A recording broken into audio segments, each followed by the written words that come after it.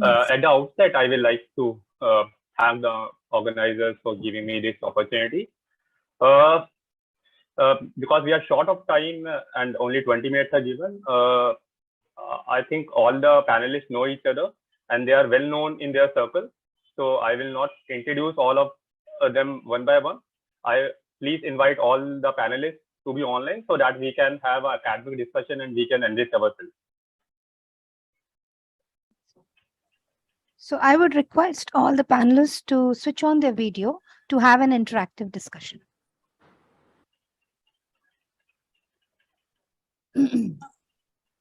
So panelists on board are, I think, Dr. Mohit Saxena, Dr. Yogesh Nishchal, Dr. Abhishek,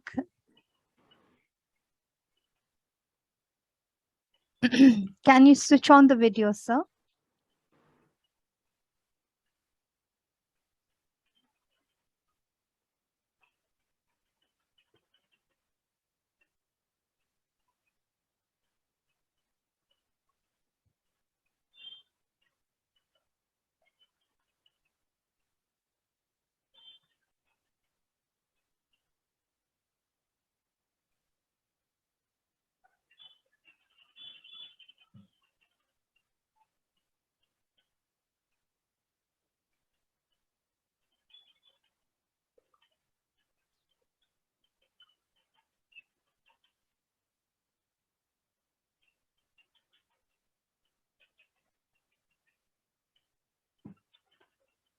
So if all the panelists are there, can we continue?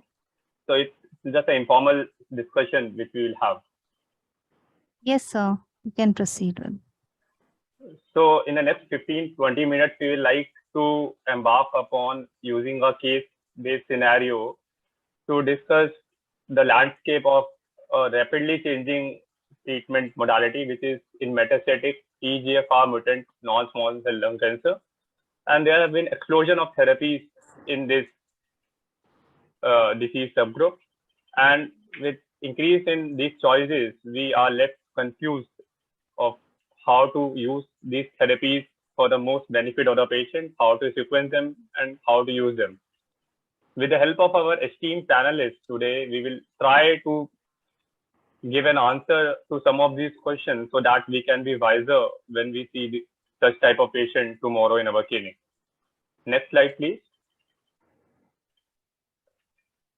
So a basic case history of what usually we see these type of patients in our OPD. A 54-year-old male, former smoker with a past 20-year history of smoking, type 2 diabetic mellitus, very fit patient, ECOG 0, was presented to the hospital in view of rheumatic chest pain and shortness of breath over past few months.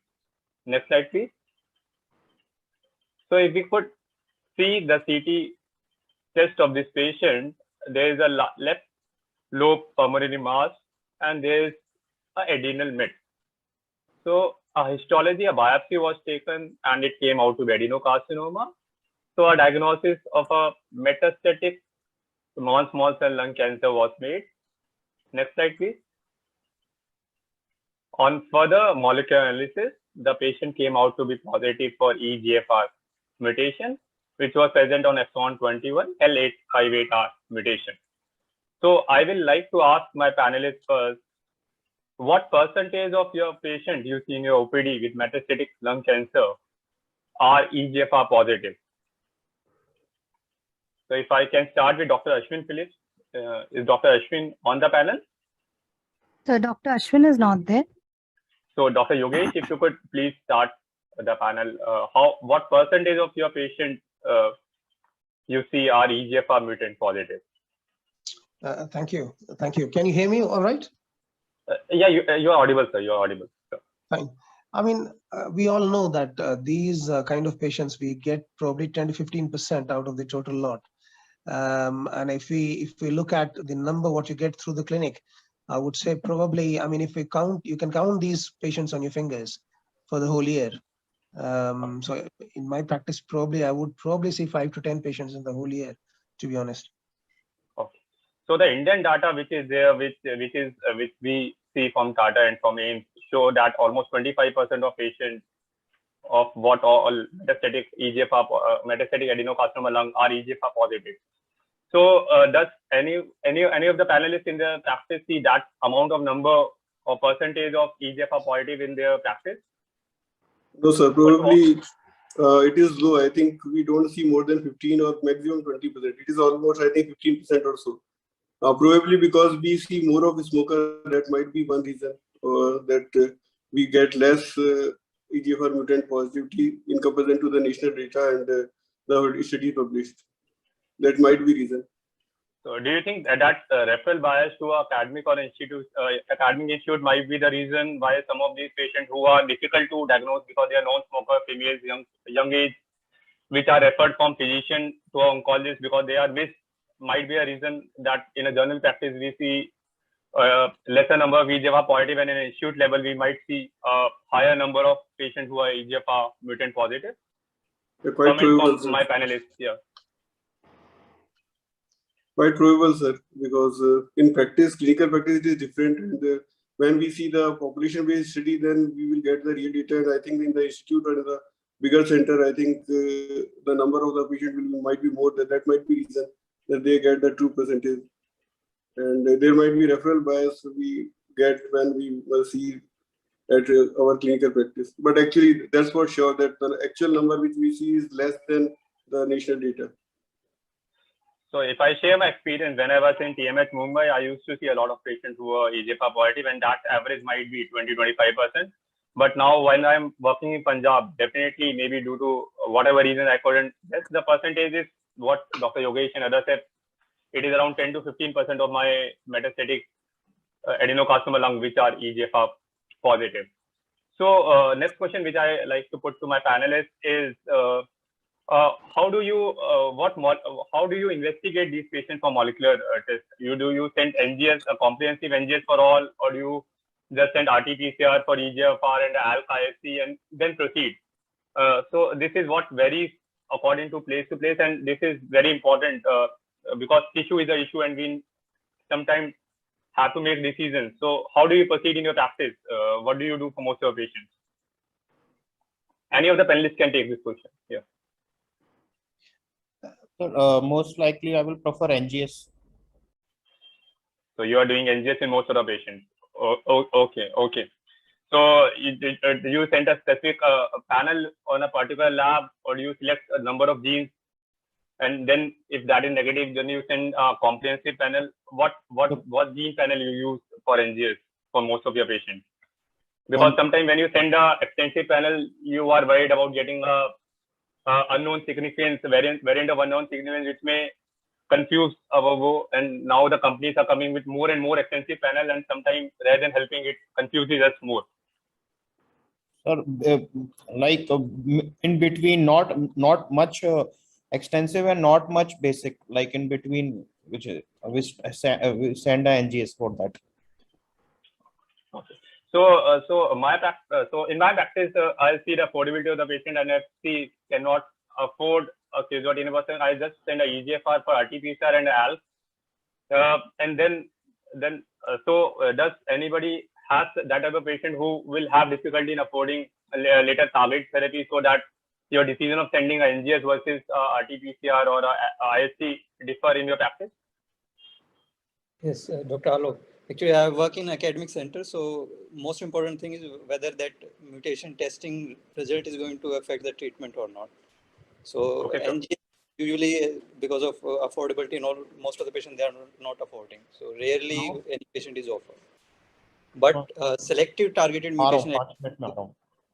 Am I audible? Yes, sir. Yes, very well audible. Very well audible, and a very relevant point you have made. So the companies are coming with an extensive NGS panel, but we need to look at our patient profile while deciding the test. We need to. So if you cannot provide a patient with a targetable therapy, there is no point of getting tested for n number of genes. So quickly moving on to the case. Yeah. But I feel NGS is still important. It should be RNA based as well as DNA based, and it should cover all the relevant mutations, including the EGFR ROS and the different. Even KRAS is important. Because even if many of time this might affect our decision for immunotherapy as well, even if the patient is not a candidate for the targeted therapy. Because we know that the immunotherapy will work poorly if the patient is having driver mutation. Totally agreed, sir. Sir, in ideal patient, we all will like to do that thing, but sometimes we are just because of patient's economic status, and we have to make a choices which are less ideal than what we desire to do. Can we move on to the next slide? That information regarding immunotherapy eligibility that can be available with select mutation only. EGFRl cross 1 and PDL1. That's it.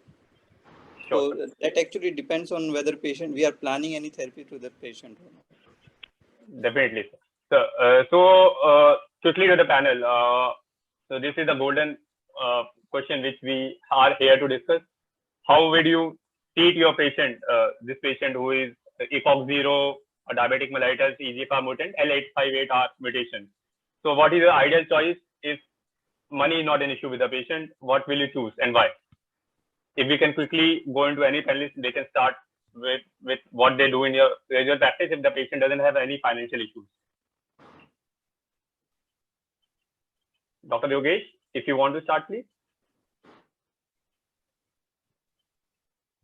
Any of the panelists can answer this question. Sir, osimertinib. Okay, so you will go for osimertinib in a patient if affordability is not an issue. Any particular reason not for choosing a second generation TKI or a JEF plus chemo combination, which has also shown equivalent PFS to osimertinib in trial? It's a Tata trial, and it's very close to us also. So maybe osimertinib will give the maximum OS benefit if we choose it as first line. Okay. Any other panelists will like to differ on osimertinib? Anyone chooses anything else over osimertinib? Yeah, Dr. Alok, I have a point to make. Like practically, yes, most of the patients end up getting osimertinib if they are not affording practically very good performance for patient. They are getting geftonin plus chemotherapy. But I have one point regarding option of ramucirumab plus erlotinib, especially when PS is 0, is an excellent performance score, and mutation is L858R. Yes. So you see the data, even with osimertinib in such patient, median PFS is relatively less. It was around 5.5 months. And if you see the data of relay trial, ramucirumab plus erlotinib, median PFS is more than 19 months. Totally agreed, sir. This patient is an excellent performance status, otherwise no other issues, no affordability concern. That is one of the options that can be explored.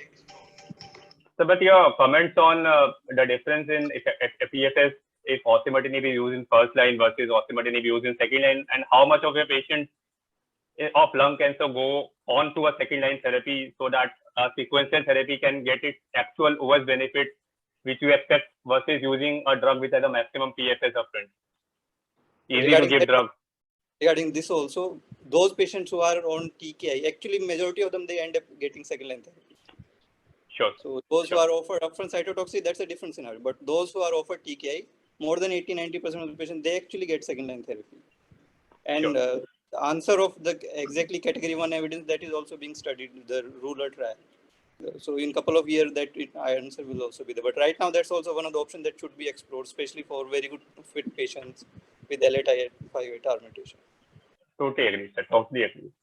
Any other panelists has anything else? We are short of time, so we'll go to next slide. If I would like to also go for osimertinib. It is an excellent CNS penetration as well, and it's a better OS benefit, PFS benefit, and excellent safety profile. I think the another choice might be dacometinib, but it is less preferred because the tolerance issue and because of the CNS data has been excluded in the trial. That might be the reason for not choosing dacometinib in patient. Afatinib is definitely inferior. Geftonin has shown that osimertinib has shown superiority over them. So preferred choice should be osimertinib in this patient. Okay. Can we go to the next slide, please? Next slide, please. So as most of our panelists have said, so as there are multiple category 1 options in NCCN to confuse all of our oncologists, but still because of the efficacy, output, the safety, they still give osimertinib the preferred category 1 option for patients, this type of patients. Next slide, please. So I have tried to put some of the factors which we use while we consider first-line therapy in these patients. We look for the efficacy of the drug, which we have enough data for third generation TKI, the safety, which is good with osimertinib, the quality of life, as well as overall survival. Is there anything else which any of the panelists like to add, which they look at when they try to choose therapy option in these type of patients? Cost, but I think we are not supposed to discuss that.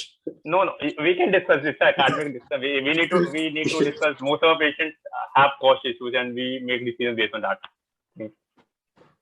So yeah, very well said. Cost is one of the issues we need to think. And anything else? If not, we can go to next slide, please. Next slide, please. So this, if we look at the efficacy outcomes, and if we see various generation of TKI, the first generation, the second generation, third generation, we can see as we move on from first generation to the higher generation TKIs, there have been a significant increase in PFS, and with the limitation of a cross-trial comparison, we can say that osimertinib has the highest PFS of all the lines of TKIs, with a very good hazard ratio of 0.46. And second thing, which already has been mentioned, that if we look at dacometinib, those trials have excluded all the patients with brain mets, whereas other trials for third generation and third generation trials have included stable brain mets patients. And we know almost 50% of patients with metastatic EGFR positive lung cancer will develop brain mets during their course of treatment. So that's a very important point which we need to see when we are deciding our therapy in this type of patients. Next slide, please. Next slide, please. Next slide. So as we all know that there is some difference between the efficacy of these patients. So we all know that exon 19 mutation patients do better with any type of TKI, and exon 21 L858 do badly, whatever be the TKI we use. But if we look at the osimertinib data, although the figure of PFS is lower for exon 21 as compared to exon 19, but still it gives a healthy PFS of 14.4 months, showing that osimertinib works across EGFR mutation types, although lesser in exon 21, as has been seen with all type of TKIs we have seen. So any comment on this thing? Any choice or any difference in choice when you have a patient of exon 19 mutation versus exon 21 mutation in front of you? Does your choice of treatment differ? Any of the panelists can take it. Yeah. I think that in the DEL 19 with the CNS negative means patient it doesn't have baseline brain mass, then afatinib also is a reasonable choice. I can't say it is better than osimertinib, but it is also reasonable. It gives OS of around 32 months or so, and 70% chances that patient will develop T790M mutation later on, so that will become candidate for the osimertinib. Okay. So when you give afatinib, what dose most of your patients tolerate? My patient don't tolerate 40 mg. I have to reduce it. Yeah, what dose you use when you use afatinib? Yeah, they end up mostly in 20 or 30. That's most of it. 40 is, I think, practically not possible for them to handle. So, any other panelists will like to share their experience with afatinib or dacometinib? I have found them to be really difficult drugs to handle. These second generation EGFR TKIs. Any experience from any of the panelists of afatinib and dacometinib? I have used afatinib in lung cancer and also in head and neck cancers. Okay, sir. And tolerability is usually not a problem if you're conscious of the dosing. I usually start them on 30. If they're tolerating well, I go up to 40. If they're not tolerating well, I come down to 20. So do you think a reduced dose will reduce the efficacy, and what efficacy endpoints we are aiming for when we are looking at the endpoints? Yeah. Are we compromising them on when we are reducing a dose? Possibly, but you have to look at what they can tolerate. I mean, head and neck cancer is not a problem because they are kind of into second or third line treatment. But in lung cancer, you want to give them the maximum efficacy. So I would agree you have to choose and balance that in lung cancer patients if you're talking about first line therapy. Thanks a lot. Can we go to next slide, please? You need to conclude. I'm wrapping up. Next slide, please. Next slide. So if we look at the efficacy, overall response rate is also a very apt marker which tells us with the efficacy of drug. And here also osimertinib, we see 80% of the patient respond, and the duration of response is also very good, 17.2 months. Next slide, please. Next slide, please. Next slide, please. So, if we see among all the TKIs, osimertinib is one which has shown to have increase in OS as compared to first line TKI, showing a median overall survival of almost 39 months, with almost 54% of our patients surviving at 3 years as compared to 44%. And this is despite there's a healthy crossover. Almost 1/3 of patients have crossover in the control arm to osimertinib, saying that despite crossover, osimertinib given in first line works and provides a significant overall survival benefit, making it an ideal choice when you are choosing in a relevant patient to give it. Next slide, please. Next slide, please.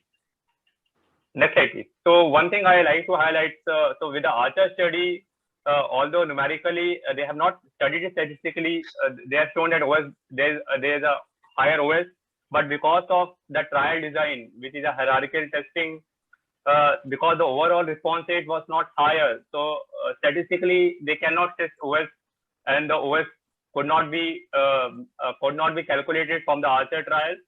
So we can just say based on the Archer trial that there's a PFS benefit of dacometinib, the overall response rate is not significantly higher, and thus OS cannot be measured, and we cannot say that OS is better in dacometinib as compared to first generation TKI. That need to be kept in mind when reading the Archer trial. Next slide, please. Next slide, please. We have already discussed that almost 50% of our patients will have brain mets. So osimertinib has a significant activity and has shown to improve CNS PFS in patients with EGFR mutant, making it a good choice for first line therapies. So this is a question for all the panelists. Do you routinely do MRI brain in all patients of stage 4 lung cancer who are EGFR positive, irrespective of the symptoms? Any of the panelists can take this. Yeah, Yes, most of the patients. yes, we do. Okay. Okay. So I think most of the panelists do it. I don't used to do it always 1 or 2 years back, but now with the guidelines from the NCCN also coming in, I also started doing routine brain MRI in all of the patients with EGFR mutant non-small cell lung cancer. Next slide, please. So as this mentioned, in 2021, NCCN also said that most of the patients should get a brain MRI prior to starting of treatment. Next slide, please. So as we have already discussed, the Archer study, which is the closest competitor in terms of the PFS, they have excluded patients with brain mets, which is a very important subgroup of patients in EGFR mutant. So the results of that trial, applicability to a general population and general patient type, becomes a little bit problematic in our system. Next slide, please. So if we see the CNS PFS with osimertinib has not been reached as compared to 14 months, and which is a very, very good plus point of osimertinib when using in this type of patient. Next slide, please. Next slide, please. This has already been discussed. Okay, those patients who had any driver mutation, they don't benefit from IO, and we need to wait for the mutation testing report when we are starting IOs in any of these patients. Next slide, please. Next slide, please. So this is the most important slide, which I will say after efficacy. It is safety, as we have already discussed. When we have a patient in the clinic, we just not look at the efficacy of the drug. We need to give a good quality of life and a good safety to the patient. And as all of our esteemed panelists know, that the discontinuation rate and the grade 3 toxicities are very high with the second generation TKIs, and it is least with osimertinib. Next slide, please. Next slide, please. So this is just to say that only 4% of patients had dose reductions or discontinuation in FLORA trial for osimertinib, whereas the same for afatinib and dacometinib was 52 and 66%, which is a thing of concern, which we need to keep in our mind when choosing these type of therapies. Next slide, please. Next slide, please.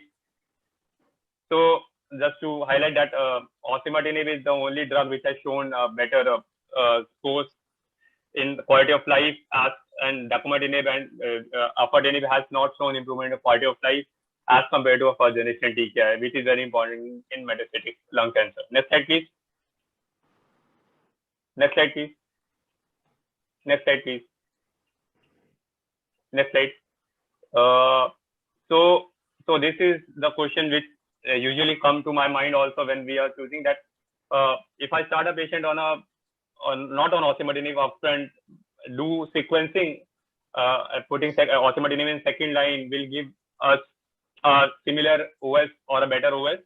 So that question is answered partially by FLORA study, where almost 47% of patients has crossed over to osimertinib in the second line, and the first line osimertinib showed better OS as compared to second line osimertinib. So do you agree? Do the panelists agree that first line osimertinib do perform better as compared to giving osimertinib in a second line setting in all of these patients? I think the data for the uncommon mutation is different. Uncommon and combined mutation, that might be different. Otherwise, we can say in the uncommon mutation, I think afatinib has shown better efficacy. Means common uncommon mutations, okay, like S768I and G719X and all. Okay. Any other panelists has anything else? Whether they will want to give osimertinib in second line, and if they feel that will give a higher OS or equivalent OS rather than giving osimertinib in first line, or the data is strong enough to you to convince your patient that osimertinib should always be used in first line? For majority of the patient, first line osimertinib is most appropriate choice, considering it to be the most efficacious drug.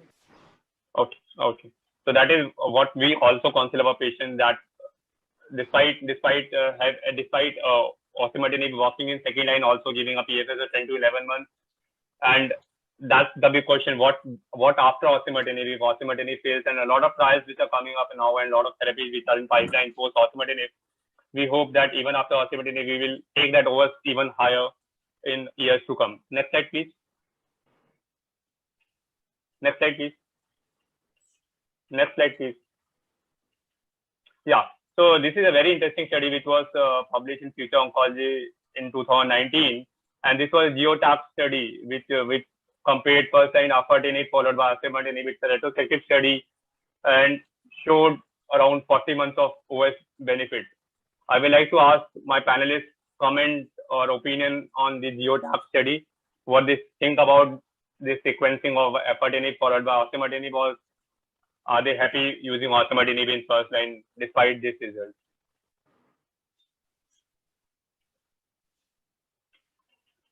If any of the panelists can take it.